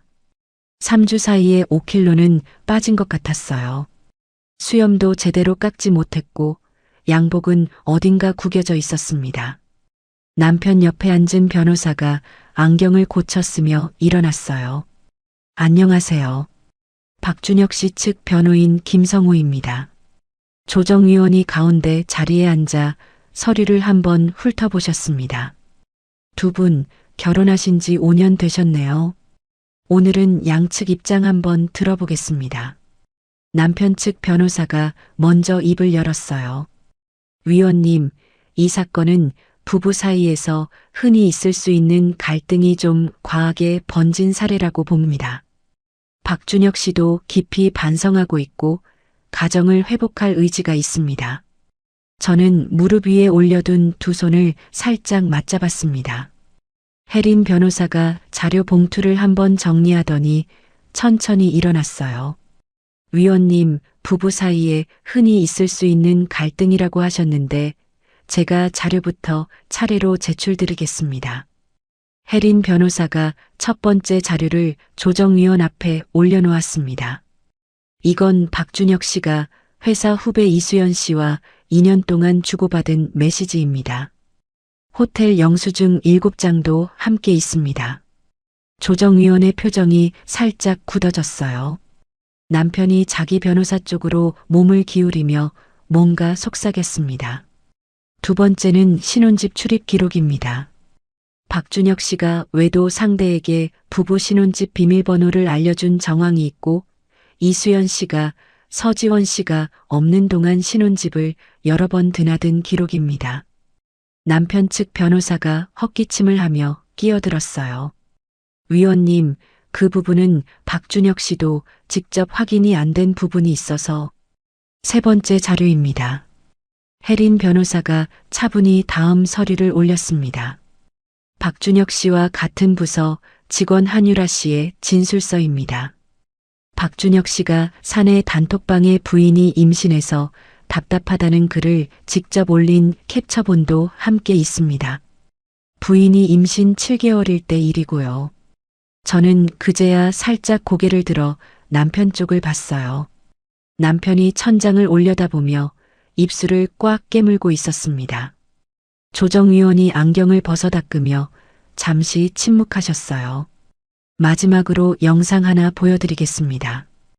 혜린 변호사가 노트북을 펼치고 화면을 조정위원 쪽으로 돌렸습니다. 저는 그 영상이 시작되는 순간 무릎 위에 손을 꽉 쥐었어요. 화면 속에는 환자복 차림의 제가 시댁 대문 안쪽에서 머리채를 잡힌 채 끌려 나오는 장면이 그대로 담겨 있었습니다. 옆집 통장 아주머니가 떨리는 손으로 찍어둔 그 짧은 영상이었어요. 애 못 낳는 년 꼴 보기도 싫으니까 당장 이 집에서 꺼져. 스피커에서 시어머니의 목소리가 흘러나오는 순간 조정실 안이 그대로 얼어붙었습니다. 조정위원의 손이 멈췄어요. 남편이 두 손으로 얼굴을 가렸습니다. 영상이 끝나고 5초 정도 아무도 말을 잇지 못했어요. 조정위원이 천천히 안경을 다시 쓰셨습니다. 박준혁 씨, 이 장면 본 적 있으세요? 남편이 고개를 들지 못한 채 짧게 대답했어요. 박준혁 씨, 대답하세요. 직접 본 적은 그 자리에 있지 않으셨어요? 남편이 입술을 깨물며 고개를 끄덕였습니다. 조정위원이 길게 한숨을 쉬셨어요. 오늘 조정은 여기서 마무리하는 게 좋겠습니다. 정식 재판으로 넘기겠습니다. 남편 측 변호사가 자료를 챙기며 자기 의뢰인에게 짧게 속삭이는 소리가 제 자리에까지 들렸습니다. 박 과장님, 이건 그냥 합의 보시는 게 낫겠어요. 조정실을 나오는 복도에서 저는 한 번도 뒤를 돌아보지 않았어요. 엄마가 복도 끝 의자에서 일어나며 저를 끌어안으셨습니다. 우리 딸 잘했어. 잘했어. 엄마, 나 한마디도 안 했어. 안 해도 돼. 자료가 다 말해줬잖아. 같은 주에 시아버지는 비자금 조성과 하청업체에서 돈 받은 혐의로 정식 재판에 넘어갔어요. 대성건설 본사 간판이 건물 외벽에서 떼어지는 장면이 지역 뉴스에 그대로 나왔습니다. 회사는 채권단 관리로 넘어갔고 시아버지 명의 자산도 대부분 보전 처분이 떨어졌어요. 신우이는 학력 가짜로 만든 것 외에 명품 협찬받아 되판 일로 피해자 12명한테서 한꺼번에 고소를 당했습니다. 그동안 받아간 협찬 금액 전액을 토해내야 하는 상황이 되자 신우이는 결국 부모 명의 아파트를 담보로 합의금을 마련해야 했어요. 시어머니는 폭행이랑 욕설로 정식 재판을 받고 1심에서 벌금 700만 원과 사회봉사 명령을 받았습니다. 거기까지는 그래도 견딜만 했을 텐데 더 큰 일은 따로 있었어요. 친정에서 그동안 받아간 돈을 돌려달라는 민사소송이 따로 받아들여졌거든요. 판결 금액은 총 4억 원이었습니다. 3억 원짜리 차용증, 8천만 원 어학연수비, 그 외에 명절마다 받아간 봉투 내역이 영수증으로 다 남아 있었기에 다툴 여지가 거의 없었어요. 그 4억 원을 만들기 위해서 시댁은 결국 살던 본가를 시장에 내놓아야 했습니다. 시어머니가 평생 자랑하던 골프 회원권과 명품 가방들이 중고 거래 사이트에 한꺼번에 올라온 사진이 동네 사모님들 단톡방에 그대로 돌았어요. 그 모임에서 시어머니의 이름은 그 무렵 이미 지워진 상태였습니다. 이혼본 재판 선고일은 한 달 뒤였어요. 저는 그날 아침 친정집 화장대 앞에서 한참을 거울을 봤습니다. 엄마가 안방 문 앞에서 짧게 말씀하셨어요. 우리 딸 옷 단정하게 입었네. 엄마, 나 떨리지 않아. 진짜로. 알지. 우리 지원이 강한 거 엄마가 제일 잘 알지. 법정에 들어섰을 때 남편은 이미 자리에 앉아 있었습니다. 3주 전보다 더 야위어 있었어요. 판사가 서류를 한번 훑어보시고 천천히 입을 열었습니다. 본 재판부는 다음과 같이 판결합니다. 저는 무릎 위에 가만히 두 손을 모았어요. 위자료 1억 5천만 원, 재산분할로 시어머니 명의로 옮겨져 있던 신혼집 환원, 정신적 손해배상 포함 총 3억 원을 박준혁은 서지원에게 지급하라. 판사의 목소리가 법정에 또렷이 울렸습니다. 이혼은 받아들입니다. 엄마가 옆자리에서 제 손을 꽉 잡으셨어요. 오빠가 작게 한숨을 내쉬는 게 들렸습니다. 저는 그 자리에서 단 한 방울의 눈물도 흘리지 않았어요. 5년 전 결혼식 때 그렇게도 많이 흘렸던 눈물이 오늘은 한 방울도 나오지 않았습니다. 법정을 빠져나오는 복도 끝에서 남편이 저를 기다리고 있었어요. 저는 그쪽으로 걸어가야 출구가 나오는 구조였습니다. 남편이 입을 때려는데 입술이 떨리고 있었어요. 지원아, 한 번만. 저는 그 자리에서 잠시 멈췄습니다. 남편의 얼굴을 정면으로 한 번 봤어요. 준혁아, 응, 잘 살아. 진심이야. 저는 그 한마디를 남기고 남편 옆을 지나쳤습니다. 뒤에서 남편이 무슨 말을 하려는 듯한 기척이 있었지만 저는 돌아보지 않았어요. 오빠가 한 발 뒤에서 저를 따라 걸었습니다. 법원 정문을 나오자 5월의 햇살이 마당에 가득 들어차 있었어요. 엄마가 제 손을 잡으며 짧게 말씀하셨습니다. 우리 딸 끝났네. 엄마, 아직 안 끝났어. 왜? 시어머니 본 재판은 아직 남았잖아. 그래도 우리 딸이 풀린 건 풀린 거야. 엄마가 제 등을 가만히 토닥이셨어요.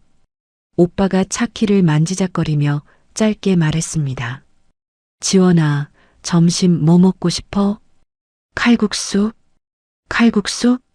5년 동안 한 번도 못 먹었어. 시어머니가 면 종류 싫어해서. 엄마가 잠깐 멈춰서서 저를 한참 바라보셨어요. 지원아, 그것도 못 먹게 했어? 응. 면 끓이면 부엌 냄새 밴다고. 엄마의 눈에 다시 눈물이 차오르려는데 저는 엄마 손을 잡고 천천히 차 쪽으로 걸어갔습니다. 엄마, 울지 마. 오늘부터 매일 먹을 거니까. 오빠가 운전석 문을 열며 짧게 웃었어요. 칼국수 잘하는 집 알아. 가자. 차에 올라타기 전 저는 법원 건물을 한번 올려다봤습니다.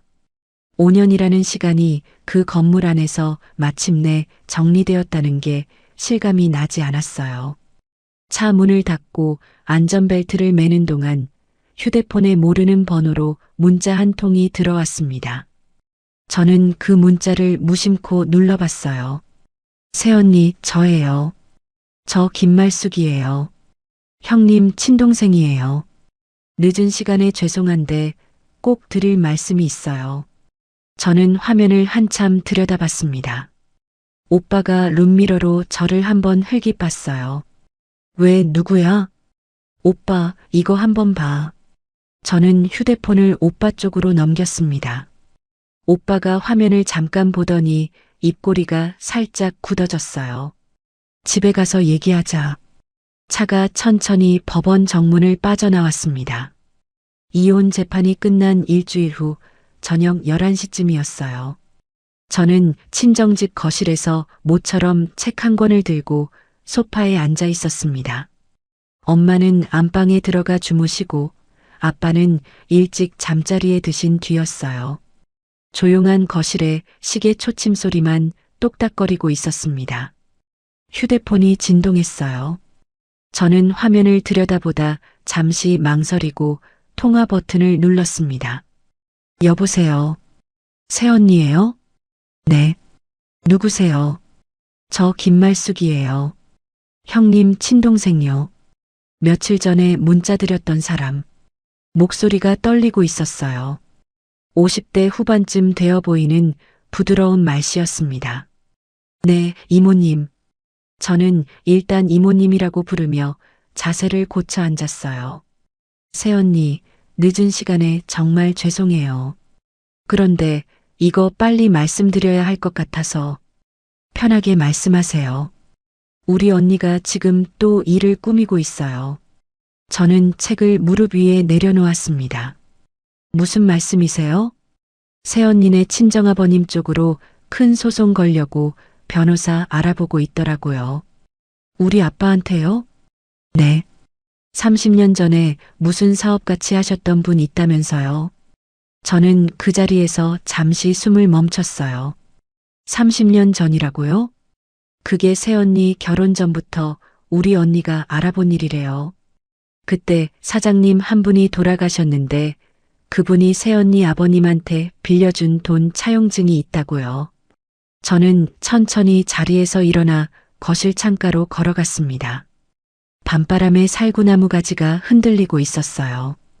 이모님, 잠깐만요. 차용증을 누가 가지고 있다는 거예요? 우리 큰오빠요. 그러니까 새언니 입장에선 시어머니 친오빠지요. 그 사장님이 우리 큰오빠 매형이었거든요. 사장님 돌아가시고 나서 그 자료들이 큰오빠한테 다 넘어갔어요. 저는 휴대폰을 꽉 쥐었어요. 이모님, 한 가지만 더 여쭐게요. 네. 형님이 우리 친정 약점을 결혼 전부터 알아보고 다녔다는 말씀이세요? 수화기 너머에서 잠깐 침묵이 흘렀습니다. 새언니, 우리 언니가 사실 결혼 자체를 그렇게 잡은 거예요. 무슨 뜻이에요? 새언니네 집안이 잘 산다는 소문 듣고 일부러 우리 조카, 그러니까 박서방한테 새언니 소개시켜 준 거예요. 그러고 나서 결혼 전부터 새언니네 집 사정을 조용히 알아본 거고요. 저는 거실 창문에 이마를 살짝 기댔어요. 5년이라는 시간이 한꺼번에 다시 한번 무너져 내리는 느낌이었습니다. 이모님, 그게 사실이에요? 내가 우리 언니한테 평생 시달려서 이렇게 말씀드리는 거예요. 새언니 같은 사람한테 이런 일이 또 있으면 안 되니까요. 저는 짧게 숨을 들이쉬었어요. 이모님, 내일 저희 오빠랑 같이 한번 뵐 수 있을까요? 네. 어디든 가요. 제가 직접 가서 다 말씀드릴게요. 전화를 끊고 나서 저는 한참을 거실 창가에 그대로 서 있었습니다. 밤이 깊은데도 잠이 오지 않을 것 같았어요. 저는 결국 안방 문을 두드렸습니다. 엄마, 자. 왜 우리 딸? 무슨 일 있어? 엄마가 부스스 일어나 안방 문을 여셨어요. 저는 엄마를 한참 끌어안았습니다. 엄마, 내일 오빠랑 아빠랑 같이 좀 모이자. 뭔 일이야? 또 무슨 일이 있는 거야? 엄마, 결혼이 처음부터 그게 아니었나 봐. 엄마의 얼굴이 그 자리에서 굳었어요. 다음 날 아침 저는 거실 식탁에 가족 셋을 모았습니다. 오빠와 아빠가 마주 앉으셨고 엄마가 제 옆에 앉으셨어요. 저는 어젯밤 통화 내용을 그대로 전해드렸습니다. 이야기가 끝났을 때 아빠가 한참 동안 천장을 올려다보고 계셨어요. 아빠 30년 전에 무슨 일이 있었어?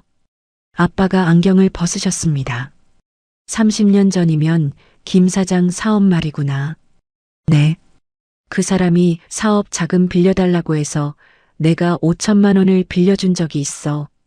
그때는 큰 돈이었지. 오빠가 조심스레 물었어요. 아빠, 그 돈은 어떻게 됐어요? 3년 만에 다 갚았어. 마지막 갚을 때 차용증 돌려달라고 했는데 김 사장이 어디 뒀는지 모르겠다고 찾으면 바로 보내주겠다고 했지. 그러고 1년 뒤에 김 사장이 갑자기 돌아가셨어. 그래서 그 차용증이 어디로 갔는지를 내가 30년 동안 마음에 걸려 하고 있었던 거야. 엄마가 눈을 동그랗게 뜨고 물으셨습니다. 여보, 그 돈 다 갚은 영수증은 있어? 있지. 다락방 그 서류철에 다 있어. 오빠가 자리에서 일어나며 짧게 말했어요. 아빠, 그 서류철 좀 가지고 오시겠어요? 아빠가 다락방으로 올라가시는 동안 저는 오빠 쪽으로 몸을 기울였습니다. 오빠 30년 전 돈 다 갚은 거면 지금 와서 못 받는 거 아니야? 받기는커녕 30년 지나면 받을 권리 자체가 사라져. 그럼 시어머니가 왜 그걸 가지고 협박하려는 건데? 오빠가 짧게 한숨을 쉬었어요. 아빠가 그 일 모르고 계셨다는 점, 그리고 30년 묵은 일이라 정리하기 까다롭다는 점을 노리는 거지. 아빠가 누런 서류철 하나를 들고 다락방에서 내려오셨어요. 오빠가 서류철을 받아 한 장 한 장 넘겨봤습니다. 5천만 원 차용증의 사본, 1년차 갚은 영수증, 2년차 갚은 영수증, 3년차 마지막 갚은 영수증. 전부 다 있었어요. 오빠가 마지막 영수증을 들어 올리며 짧게 웃었습니다. 여기 김 사장님 도장이 찍혀 있네. 다 받았다는 표시도 있고. 그럼 어떻게 돼? 30년 묵은 거 가지고 협박하면 그쪽에서 오히려 더 큰 죄가 돼. 오빠가 휴대폰을 꺼내 어딘가로 전화를 걸었어요. 혜린아, 부탁 하나만 들어줘. 30년 전 영수증 정리 좀 도와줘. 그리고 김 사장 미망인 쪽 연락처도 좀 찾아봐. 사정 말씀드리고 직접 뵙는 게 좋겠다. 오빠가 통화를 끊고 저를 봤습니다. 지원아, 오늘 오후에 시이모님 뵐 거지? 응. 같이 가자. 한꺼번에 정리하자. 오후 3시 시이모님은 시내 한 조용한 찻집에 먼저 도착해 계셨어요. 저는 오빠와 함께 자리에 앉았습니다. 시이모님이 휴지를 꺼내 눈가를 먼저 닦으셨어요. 새언니 미안해요. 정말 미안해요. 우리 언니가 한 일 다 들어서 알고 있어요. 이모님이 미안해하실 일이 아니에요. 새언니, 한 가지 더 알려드릴 게 있어요. 시이모님이 가방에서 작은 수첩 하나를 꺼내셨습니다.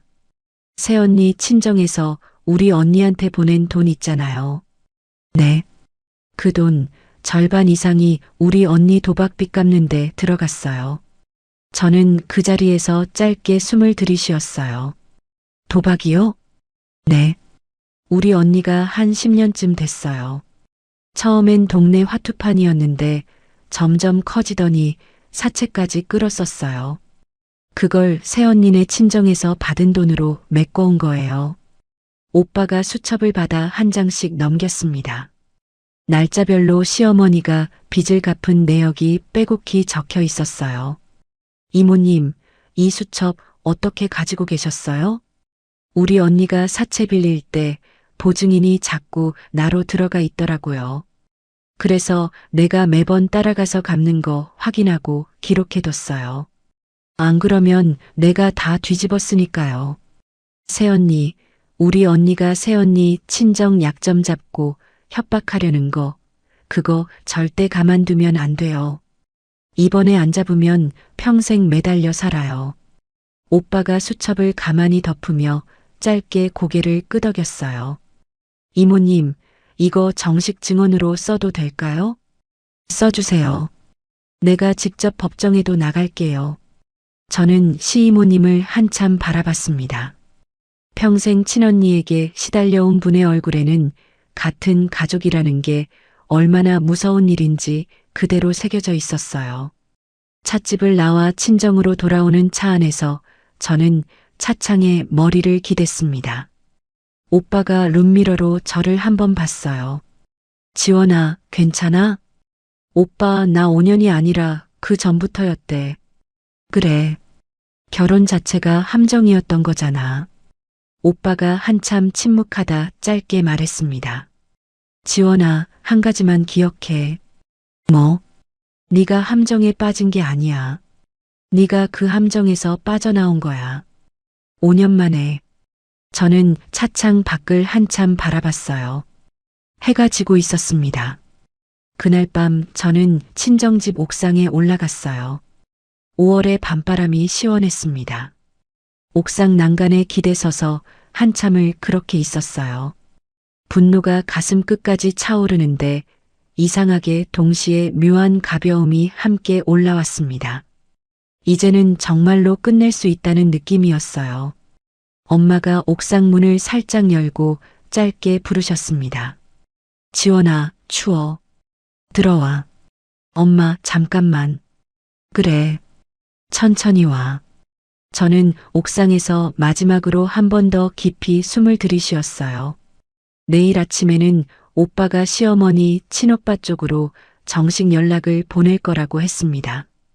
저는 천천히 옥상 문 쪽으로 걸어갔어요. 시이모님의 결정적인 증언과 새로 드러난 협박 정황이 더해지면서 시어머니는 본 재판 항소심에서 결국 실형 1년 6개월을 선고받았습니다.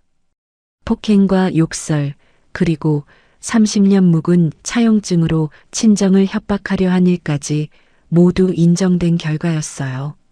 시어머니가 평생 며느리감을 사냥하듯 살아온 인생은 그렇게 차가운 구치소 안에서 막을 내리게 됐습니다.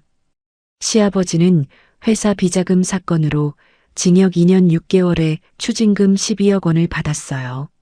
시누이는 학력 가짜로 만든 일과 협찬 사기로 집행유예를 받았고 SNS 계정은 전부 폐쇄됐습니다. 며칠 뒤 시누이가 지방의 외갓집으로 내려갔다는 소식이 시이모님을 통해 들려왔어요. 남편은 회사에서 결국 해고됐어요. 외도 상대였던 이수연 씨는 회사를 그만둔 뒤 남편의 곁을 떠났다고 합니다.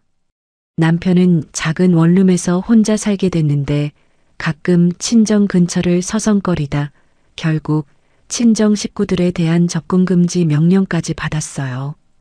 오빠가 그 소식을 전해줬을 때 저는 짧게 한숨을 쉬고는 더 이상 묻지 않았습니다. 모든 일이 정리된 어느 봄날 아침이었어요. 저는 엄마와 함께 처음으로 아이의 봉안당을 찾아갔습니다. 작은 봉안함 앞에 흰 국화 한 송이를 놓는데 손이 떨려서 한참을 그대로 서 있었어요. 엄마 미안해. 왜 우리 딸, 우리 아기한테 그동안 한 번도 못 왔어. 무서워서. 엄마가 약해서 너 한 번도 못 보러 왔어. 미안해, 우리 아기. 엄마가 제 등을 가만히 쓸어주셨습니다. 우리 손주 엄마가 똑바로 살아갈 테니까 거기서 편하게 있어.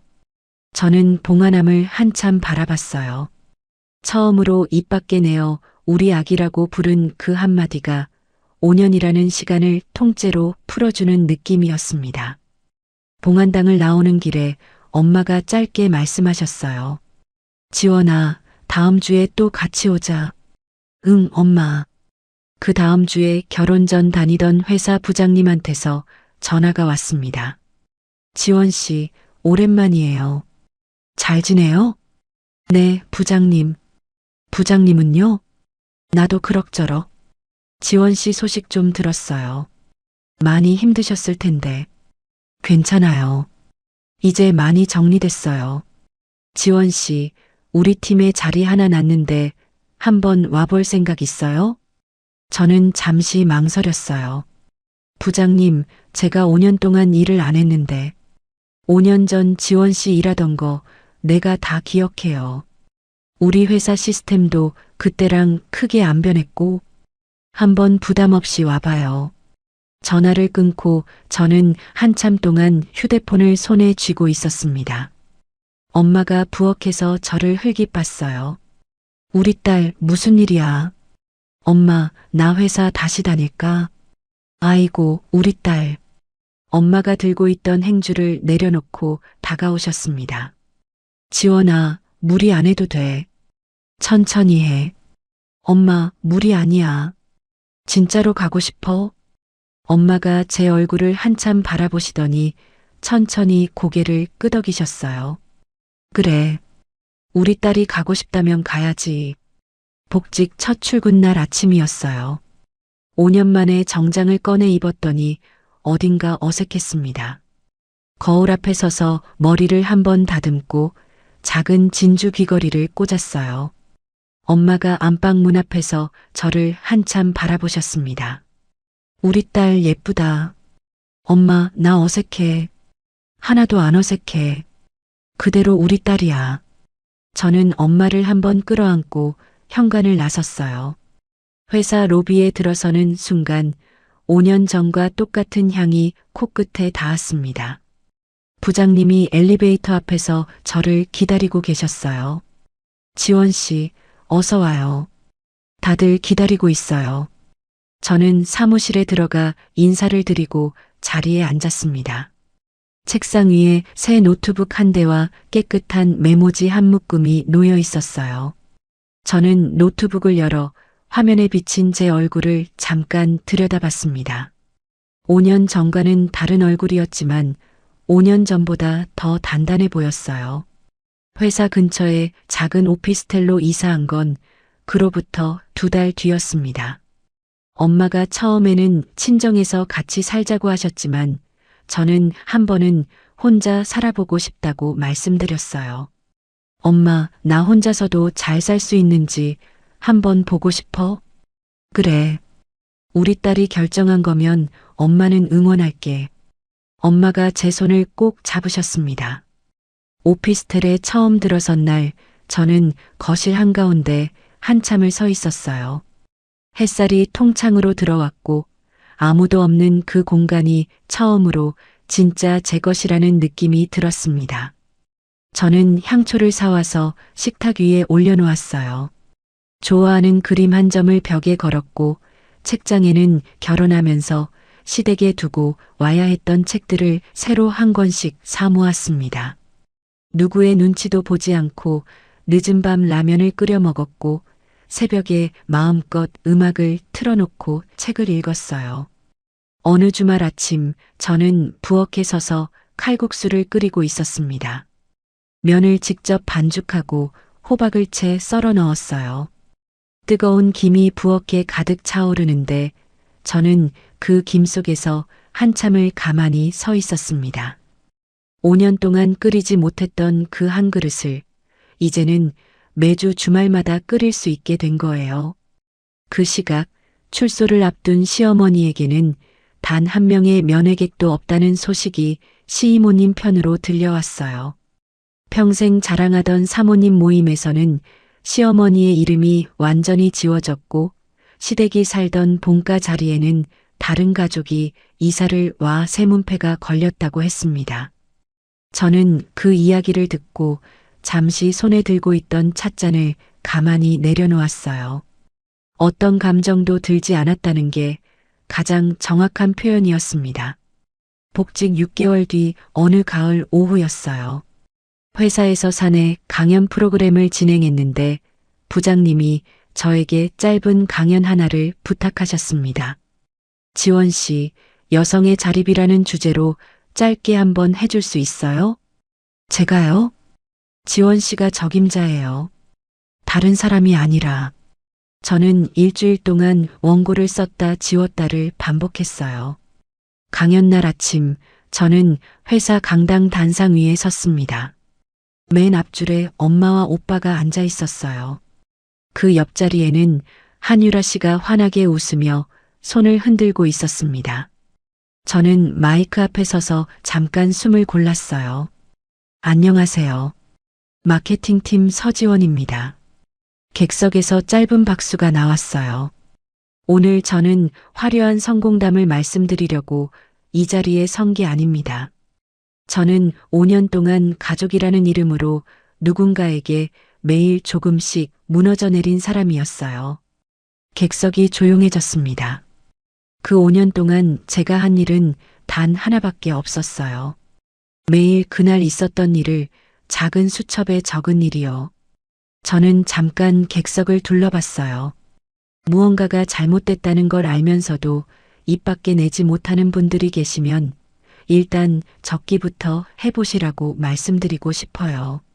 적고 모으고 누군가에게 도움을 청하는 일, 그 3가지가 저를 살렸습니다. 엄마가 객석에서 코끝을 훌쩍이는 게 단상 위에서도 보였어요. 오빠가 옆에서 엄마 어깨를 가만히 두드리고 있었습니다. 강연이 끝나고 나오는 길에 한 후배 여직원이 다가왔어요. 20대 후반쯤 되어 보이는 직원이었습니다. 선배님, 네. 저도 비슷한 상황을 겪고 있어요.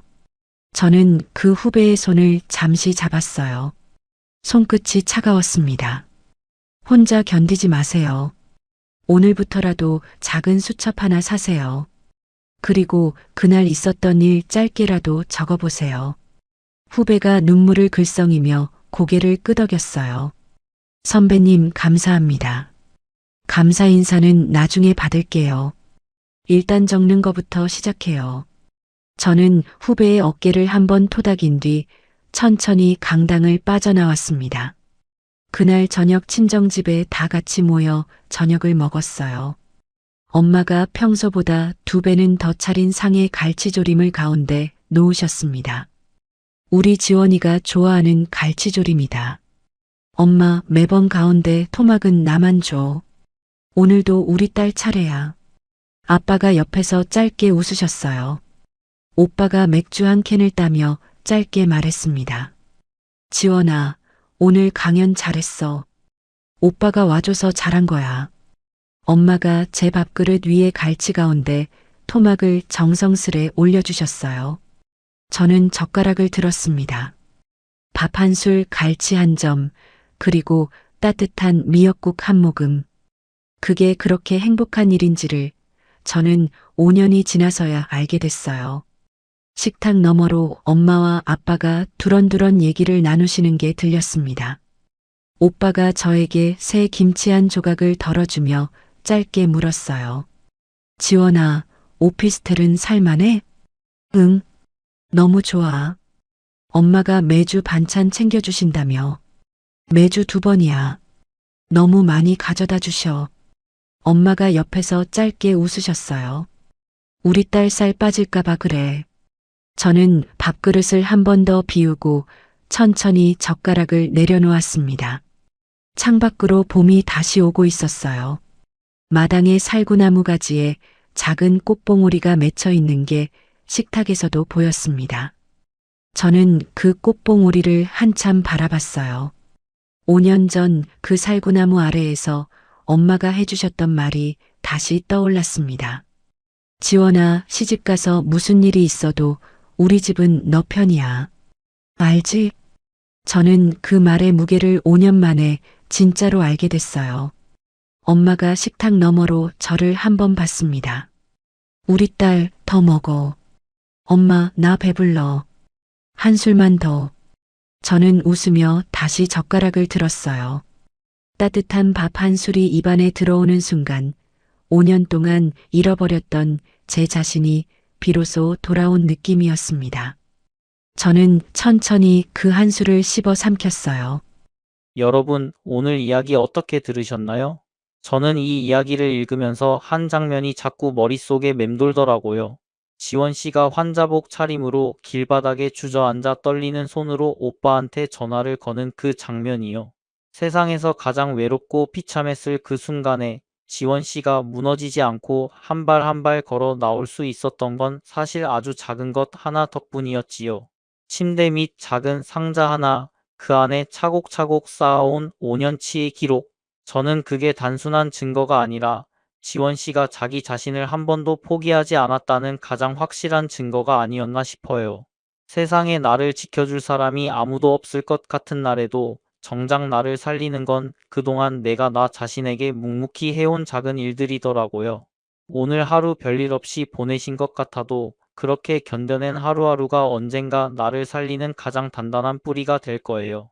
오늘 이야기 속 지원 씨에게 여러분은 어떤 말을 건네주고 싶으신가요?